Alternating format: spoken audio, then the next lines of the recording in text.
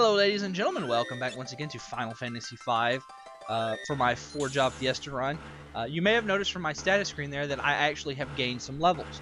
The reason I gained those levels is there's an upcoming boss who will eat my face if I don't have the levels. Basically, what I'm looking at... Oh, missed the stairs. Hold on, gotta go back. Is that this boss does a lot of damage in party hit all moves. Like if you just hit one person at the time for a lot of damage, that'd be nothing. I can just use the heal staff and heal through that. But he does moves that hit for like 250 points of damage, and he uses them back to back oftentimes. And well, in that fight, I'm also going to be down Galoof, which means I will not have a white mage, which means that all of my healing will come from Lina, my red mage. This boss also has no elemental weaknesses, which makes it a pain in the butt to kill because there's no really good way to damage him. So I basically had to do some level grinding to even stand a chance of not having to break rods, but I still might have to break rods, is what I'm saying. So if I break rods, don't think too much less of me, because I will think so much less of myself. But the more I thought about it, I'm just not going to have a good way to take this guy down. Using my potions, because I'm going to need my MP. Let's see. Clapper Claw. This is the final boss before we get to the Earth Crystal jobs, which I will not get to avail myself of. Oh, you jerk, right off the bat. So anyway, what you need to do for this guy is...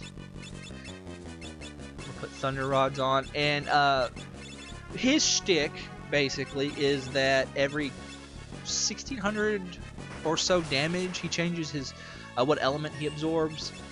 Basically, thunder is the last element he absorbs, and he is not weak to anything.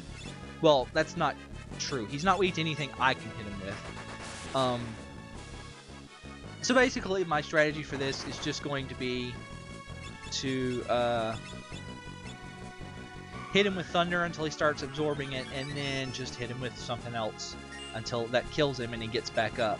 And then the second phase of this fight, he gets back up and he absorbs all elements and starts using more physical attacks than anything. Which means, since he absorbs all elements, you've got to beat him to death with physical attacks. Which is why my red mage is in the front row. I should probably put her in the back row for the beginning, but I forgot to, so you know what? Never mind.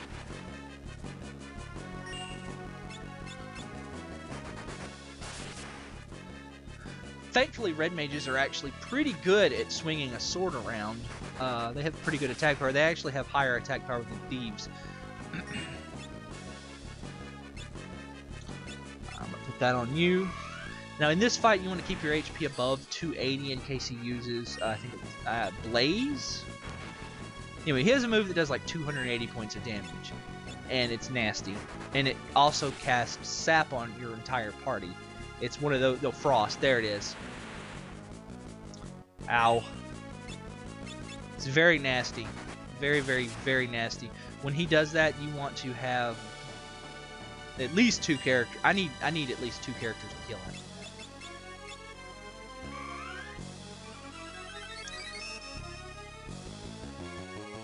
Get myself back above that threshold where he can't frost me to death. That one boss that I'm talking about also... No. That would be embarrassing, lightning myself to death.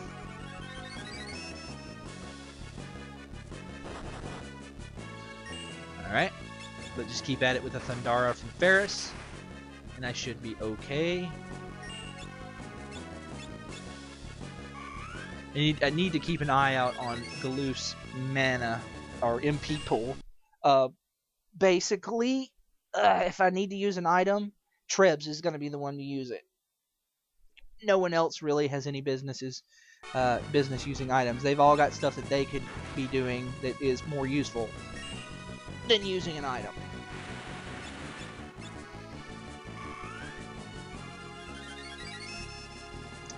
Okay, that blaze attack is not as powerful, thank God.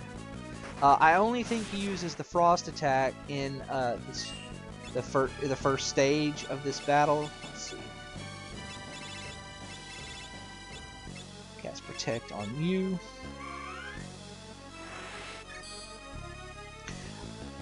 His hit all attack changes depending on what phase he's in, basically. Although I do believe in the last phase he can cast any of his hit all moves. Go back to Thundara.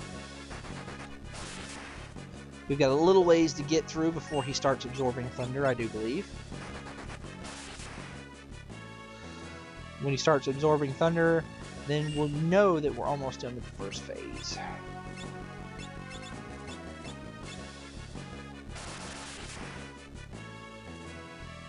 We actually might be done with the first phase, so I'm gonna try hitting him with fire and see if that does the trick.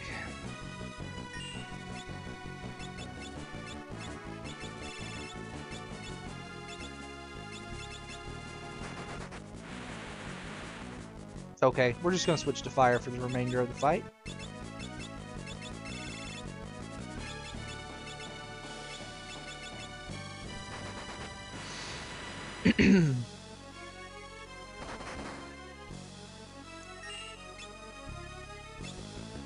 And I have... Oh man, Galoof is paralyzed. That is no good.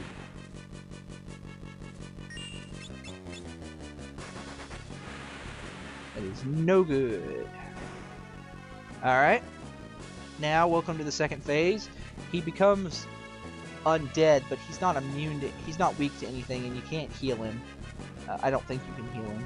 I might actually try that. I'm not sure I ever tried that. I'll throw a potion at him and see if it does damage. I think it'll actually heal him. I don't think he's, like, undead. I think... Yeah, see. That's what I thought. So, at this point, we need to switch to physical weapons. So the ancient sword on you. Oh, gosh. Okay.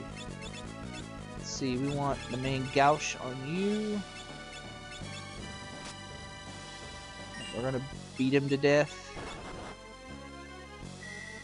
Just a few points at a time. This guy also has a lot of HP. He has way too much HP for me to be beating him to death the way I'm beating him to death. Okay, that Maelstrom attack will take us down to single digits. But it can't never kill you, so it's not really that big a deal. Because all you have to do immediately after that is this. Probably would have been safer to have both Lena and Galoof use Cura in case he does Frost, but I had to think about the name of that. I'm actually going to have her heal. Even though Lena is currently my biggest damage dealer, she actually will do the most with her weapon out of the three of them who are physically attacking. I do want to have her heal because Galoof is down.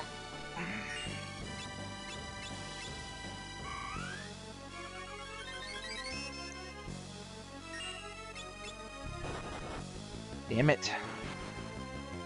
Galoof, get up. Get up, Galoof. Damn it, Arcavius, or however you... Uh-oh, run it in P.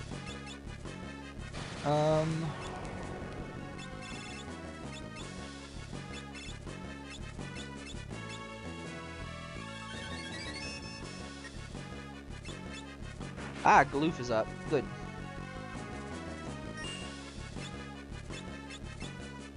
Do that, Galoof. If I have to, I will beat you to death 66 points of damage at a time with Ferris. Do not tempt me, I will do it. So help me God. Hopefully you won't have to witness that, but whatever happens, happens. You in the footage that I lost when my power flashed the other day, he actually confused Galoof with that Tusk move, and Galoof cast Protect on him. So I was like beating him to death, like, I don't know, 15, 20, and like 60 points. I didn't mean to cast Cura on just him. I could have just used the heal staff if I wanted to do that. It was a waste of MP. I need to watch what I'm doing.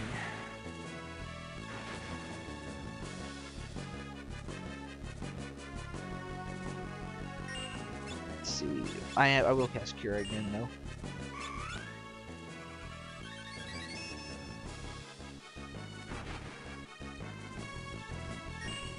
Alright, come on. Physical. Come on. Come on, come on. I'm not too...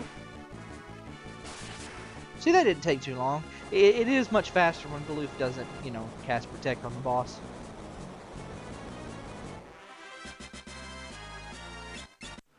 Free item that I'll never use.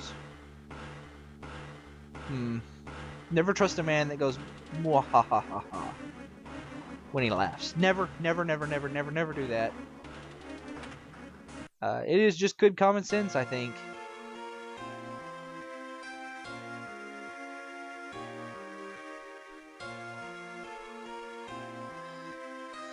So now we have a little cutscene, basically, that will wrap up our business here in World 1. So we're just going to sit back and watch the crystal shatter and... Oh wait, what is this? Another meteorite.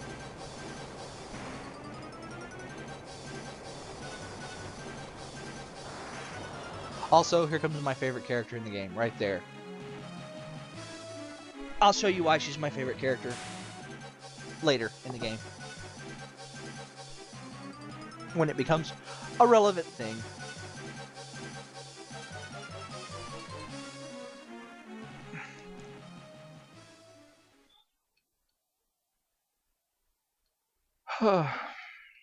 I do like the way they handle Galoof curing his amnesia here. He's like, wait, there it is. And he just bumps away the question mark there.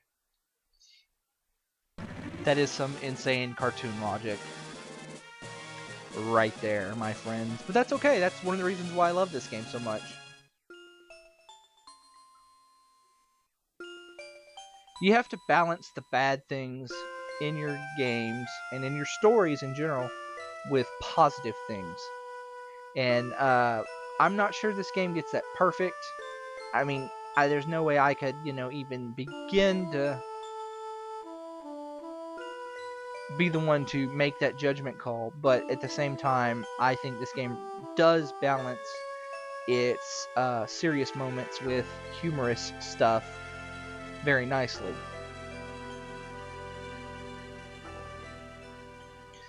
And at the same time, it's also really good about not stepping on the serious moments with the humor. I do like the way that Bart's there is like, oh, the crystal, yeah, right, yeah, oh, well, nope, too late.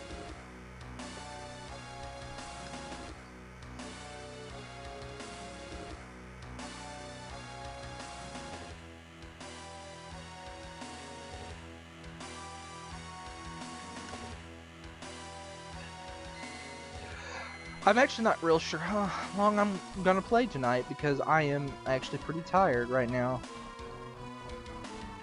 I came into my room and I had all the energy in the world. I got my recording setups ready, and because I have to do something a little differently with my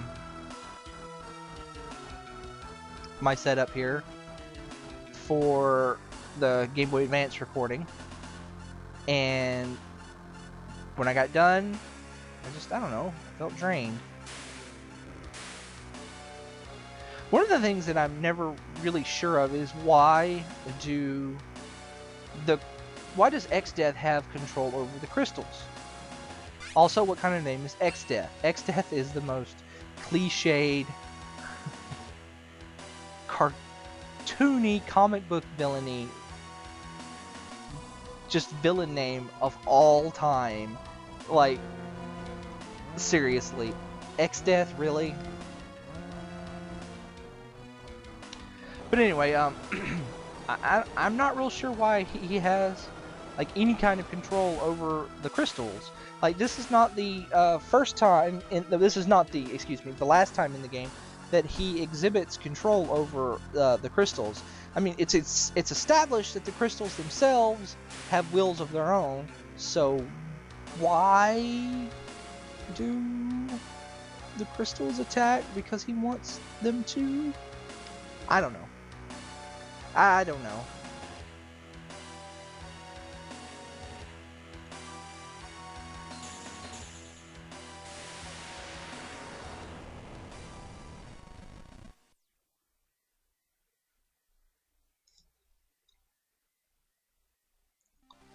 This game is actually making me want to play Final Fantasy VI again. I did not play Final Fantasy VI originally on the Super Nintendo. When it was Final Fantasy III. Actually, the first Final Fantasy game I ever played was, well, the first Final Fantasy game I played technically was the first game on the NES, but I don't really count that because I did not know what I was doing. I did not understand the game at all, and I never beat Garland.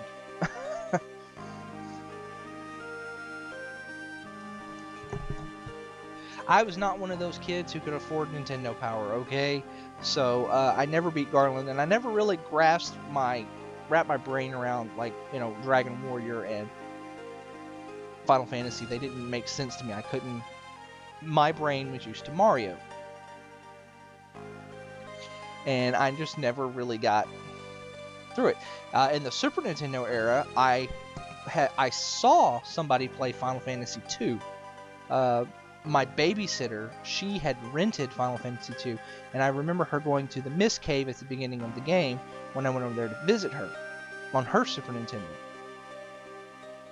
Final Fantasy III, I never saw. I never once saw a copy of the game. I didn't know anybody who had it. I had never seen anybody play it like that. My RPG experience on the Super Nintendo was Breath of Fire 2, Earthbound, Lufia and the Fortress of Doom. Not Lufia 2. I've actually never seen a physical copy of Lufia 2. Super Mario RPG.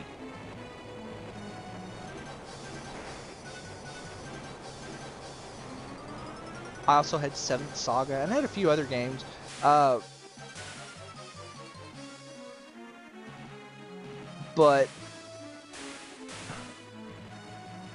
you know, I mean, that's just how it was. I didn't get to play a lot of the games that people called classics. They called them like that because I was poor. I did get to play a lot of the stuff on PlayStation, thankfully, because, you know, by that time I was saving my money up and buying my own stuff. But, yeah. That's my tragic childhood when it comes to RPGs.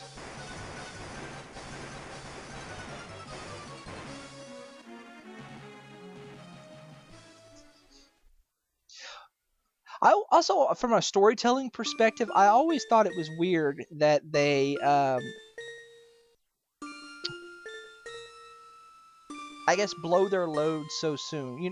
The huge flying mecha Death City is usually like a final dungeon. I mean, sure, this game has a pretty kick-ass final dungeon, but at the same time, you know, that is a late game dungeon. We're not even halfway through this game yet.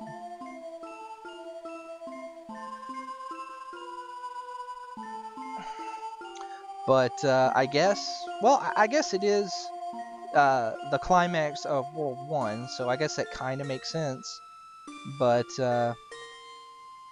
you know, you usually only see ruins like that in final dungeons, or at least late game dungeons. I can't really think of any other RPGs that use it in such a way.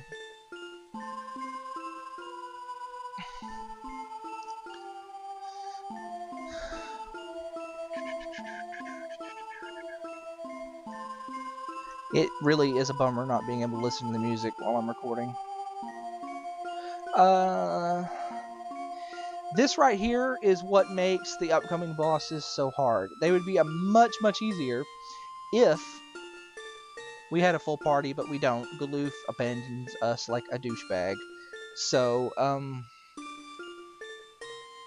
we've got to fight the next 3 bosses by ourselves.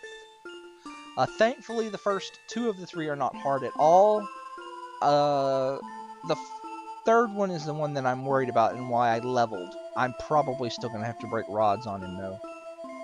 Just because he's so hard.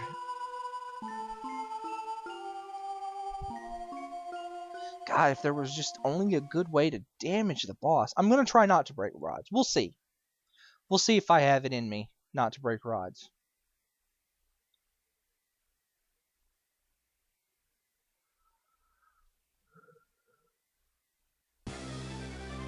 Okay. Oh, that's right. We're supposed to land.